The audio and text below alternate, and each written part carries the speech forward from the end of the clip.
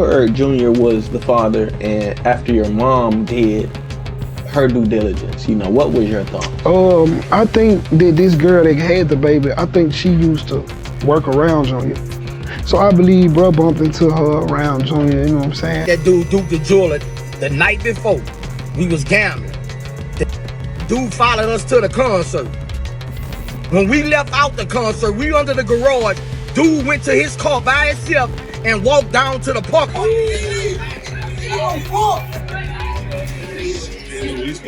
Man, Lord.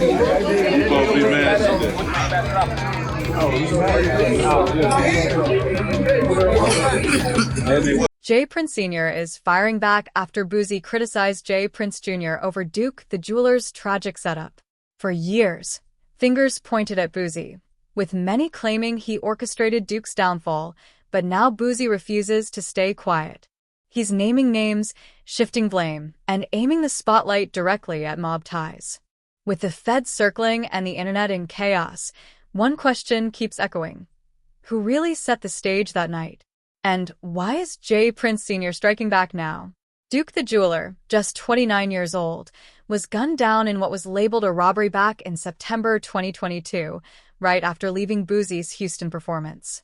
Almost instantly, whispers spread that Boosie had knowledge of the hit or even ordered it himself. Rumors swirled that Duke wasn't targeted by strangers at all, but by men closely tied to Boosie. As the story gained traction online and on the streets, Boosie stayed silent, fueling suspicion even further. For months, the narrative stayed stuck on Boosie, but things are shifting. Now, eyes are locking onto someone else, the so-called son of Houston's hip-hop godfather, J. Prince Jr. The puzzle pieces don't look random anymore, they look planted. And the truth? Boosie was never the kingpin. He was cast as the scapegoat, the convenient fall guy already drowning in legal drama. Old cases, old charges, his name was always stained. In the public's eyes, he was guilty before proven innocent. But now, Boosie has had enough. He's speaking loud and clear. And this time, J. Prince Jr. is directly in the crosshairs. Boosie claims he barely even knew Duke, meeting him only once during a dice game.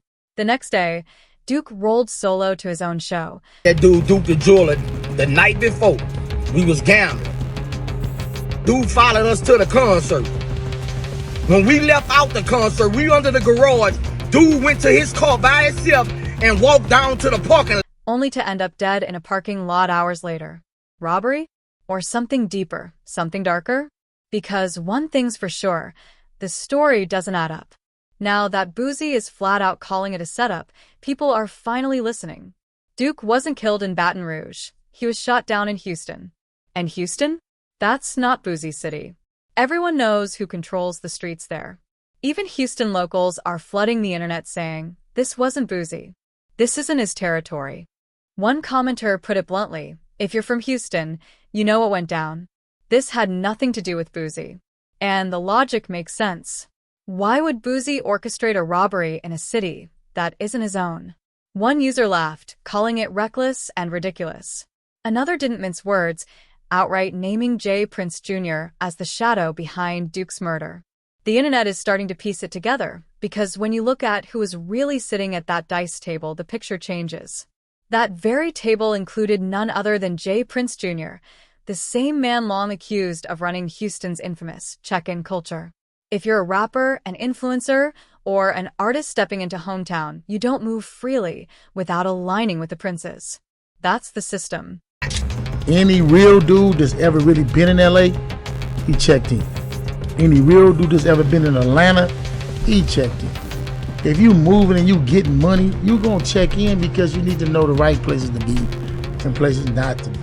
That's a business. Yet even after Duke reportedly checked in, he still ended up smoked. That's not protection. That's predatory. And the truth runs even deeper. People are now comparing it to what happened with Takeoff. He checked in. He followed the so-called rules. Yet he too ended up dead. Rumors say this isn't just a Houston thing. Big U out west has been pulling the same power play, forcing artists to check in before stepping foot on their turf. What was supposed to be security now looks a lot more like extortion. Rappers like PNB Rock and others reportedly checked in, yet still ended up lined up. The very people these artists trust for protection are the ones robbing them blind. As Schoolboy Q once said, "This isn't security, it's extortion with a smile." Everyone does it, everyone checks in, only to find out later they were handing themselves to the wolves. Imagine paying for safety, and the same guys you pay are plotting to rob you. That's the twisted reality. As the Duke the Jeweler story spiraled out of control, the internet couldn't stop dissecting it. That dice game wasn't just casual, it was staged, and it was deadly. From the jump, Boosie was never the mastermind. He was bait, the easy fall guy. Situation that occurred that a certain jeweler round and got past the dice on accident and was hitting on them for a couple hundred because, right, boom. The only way they could get their money back was however money back. Lil Cam Wolf and Big Caprice are the three designated to say I'm up, I got the neck, and they pass the dice to each other, but they loaded, but they shooting against them up. For the public to blame. But the truth was hidden deeper, and when Whack 100 stepped into the conversation, things exploded.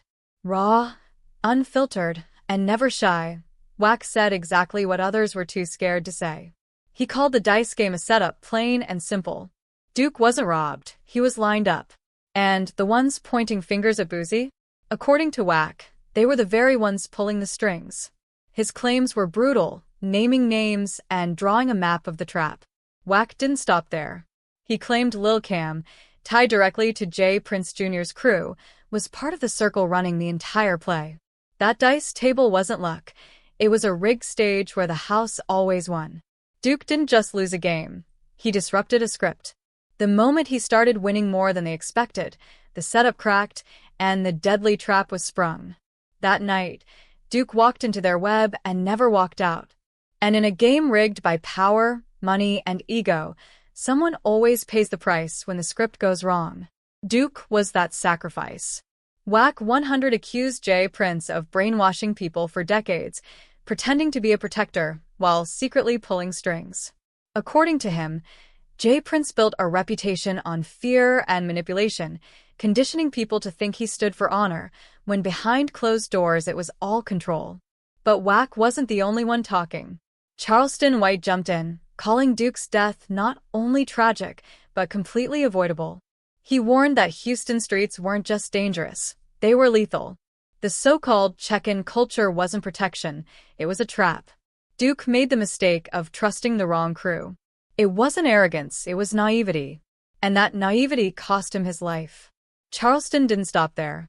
He ripped into the entire industry, exposing how extortion has been dressed up as respect.